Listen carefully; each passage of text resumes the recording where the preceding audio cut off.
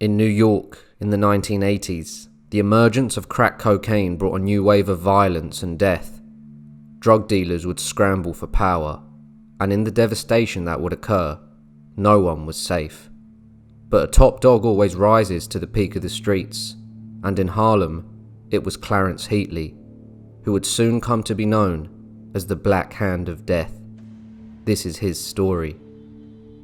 Clarence Heatley was born in 1953 in New York City, where he grew up in the rough streets of Harlem. As a boy, he would attend school, but dropped out in the 4th grade.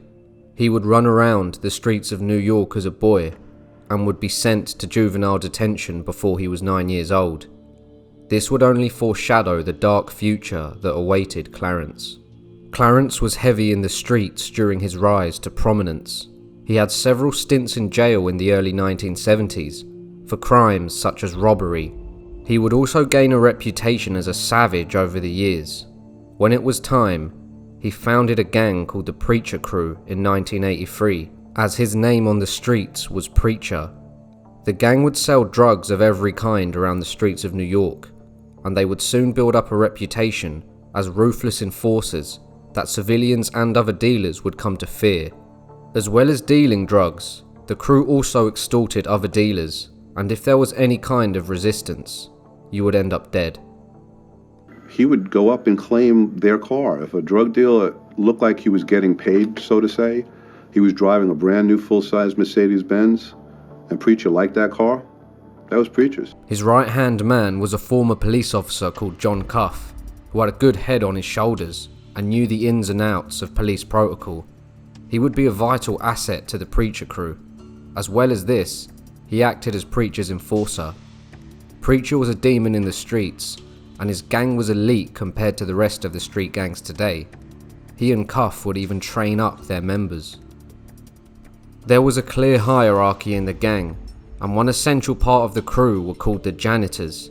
Although the name doesn't sound glamorous, the janitors were high-ranking members of the Preacher Crew, all being respected among the gang, and you couldn't be a janitor unless you'd killed somebody. Their primary job was cleaning up dead bodies and not leaving a trace, so that the murders couldn't be linked back to the crew. The sergeant of the janitors was a man called Malik, reputed to be a certified demon that enjoyed murdering his rivals and had no empathy. He was especially valued in the crew, as every time he was ordered to do a hit on someone, he never failed. So he was valuable because every hit that he ever went after, he never missed. You know what I'm saying? He killed every victim that he ever had to go get, and he liked it. This dude Malik was really fucked up mentally, you know what I'm saying? As far as that killing shit, he loved that shit. You know what I'm saying? He loved doing that shit, and he didn't have no picks. Whoever, he was like a pit bull. You know, Pops let the chain off his ass, he going after anybody, you know what I'm saying? That's how thirsty he is. With that description of Malik coming from Preacher's son, Shocker, a convicted killer, it's hard to imagine how much of a twisted savage Malik truly was. But his love for being a demon would end in his own demise. Although Preacher only had a 4th grade education, he was very smart and calculated. He knew that there were no rules in the streets, and that trust could get you killed or sent to prison. So at some meetings, Preacher would call for a vote for some gang members who had fallen out of favour. There was an illusion of democracy, and he allowed his members to vote. If the member who had fallen out of favour received a majority thumbs down by the crew, they would be sentenced to death by Preacher, and then they would be killed by members of their own gang. Then with Malik, he said Malik is what he said? He said Malik is out of hand. You know what I'm saying? He already realized he was out of hand. He was too much. You know what I'm saying? This dude Malik was really fucked up mentally. You know what I'm saying? He started expressing himself as far as he wanting to do more things than what he was capable of doing. And my father used to always say that some people is just meant to be bronze, not brains. The setup was to get him down in the basement, you know what I'm saying? And then you're gonna bang him out. If you went down there and you were followed in there, you know, somebody was behind you, you weren't coming out alive. They got him down there because they told him that they wanted to show him something. You know what I'm saying? He got down there. Matter of fact, they wanted to show him a new gun. That's what it was supposed to be. Got him down there, told him, yo, turn the music up for a minute. When he went to turn the music up, blew his brains out. right then and there. My father told them to chop him up, you know what I'm saying, so they could get rid of the body because he's a major link to us, you know what I'm saying. And then he had a tattoo on his arm about us. When that happened, Jack and my co-defendant Pop was playing soccer with this nigga head on the roof. They was kicking this shit around while I was wrapped up in the plastic bag. These niggas is bugged out. So from being a respected member of the crew and a name that inspired fear around New York, he was set up and murdered by his own. He was then further disrespected by his old subordinates playing football with his decapitated head. This is but one grisly story of the Preacher crew. No one was truly safe from them, not even their own members. On December the 5th, 1989, 12-year-old Donnell Porter was walking to elementary school, where he was abducted. He never made it to class that day. At 9 p.m, his sister received a phone call. The man at the other end of the phone said he wanted $500,000, or the boy would be killed. Today, that would be around $1.2 million. The sister was warned not to contact police. She was then instructed to go to a restaurant in 125th in Broadway. A family friend went to the restaurant so the Porters could stay by the phone, and he would find something to prove the abductors were serious. Following the kidnapper's orders, he moved the bin in the bathroom of the restaurant and found a coffee can. Inside was a child's severed finger and a cassette. The family would call the New York police, fearing for the child's safety. The victim's older brother, Richard Porter, was a major dealer in the area, and it was known in the streets and by the police that he got in early on the crack trade in New York and had made millions. Richard, unable to cooperate with the police due to his heavy ties in the streets, tried to handle the situation himself. 1 month after the abduction of Donnell Porter, the body of his brother Richard was found in a Bronx park. There was no one to pay the ransom now. 3 weeks later, Donnell Porter's body was found in the same park as that of his brother. The cause of death was blunt force trauma to the head.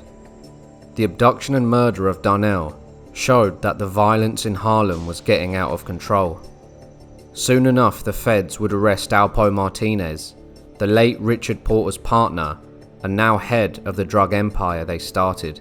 The feds had a lot of evidence against him, and he agreed to cooperate to avoid the death penalty.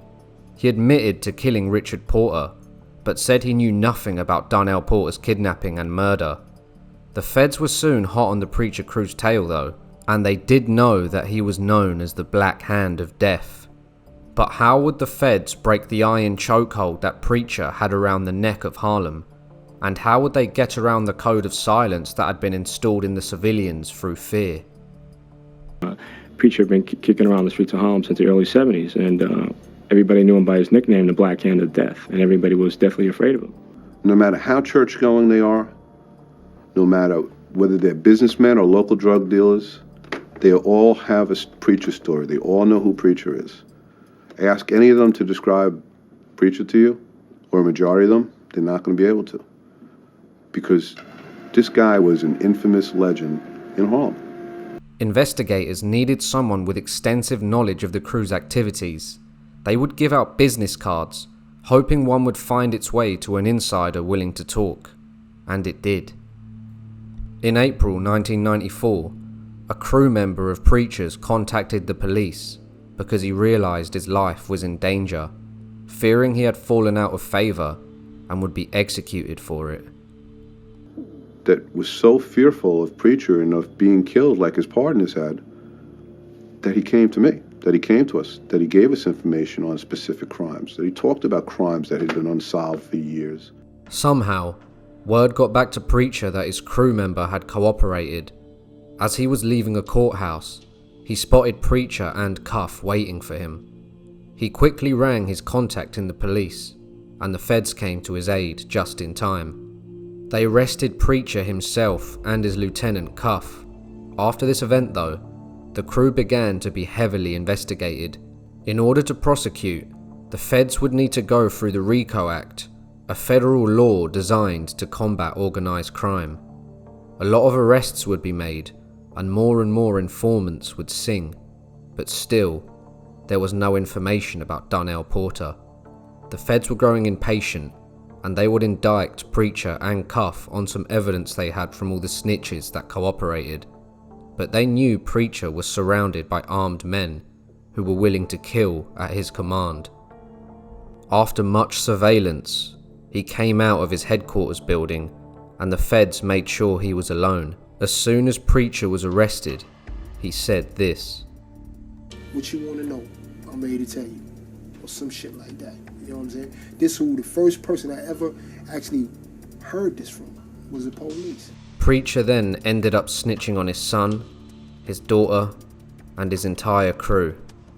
Through all the snitches that came forward, the murder of Donnell Porter came to light, and it was Preacher's crew that killed him.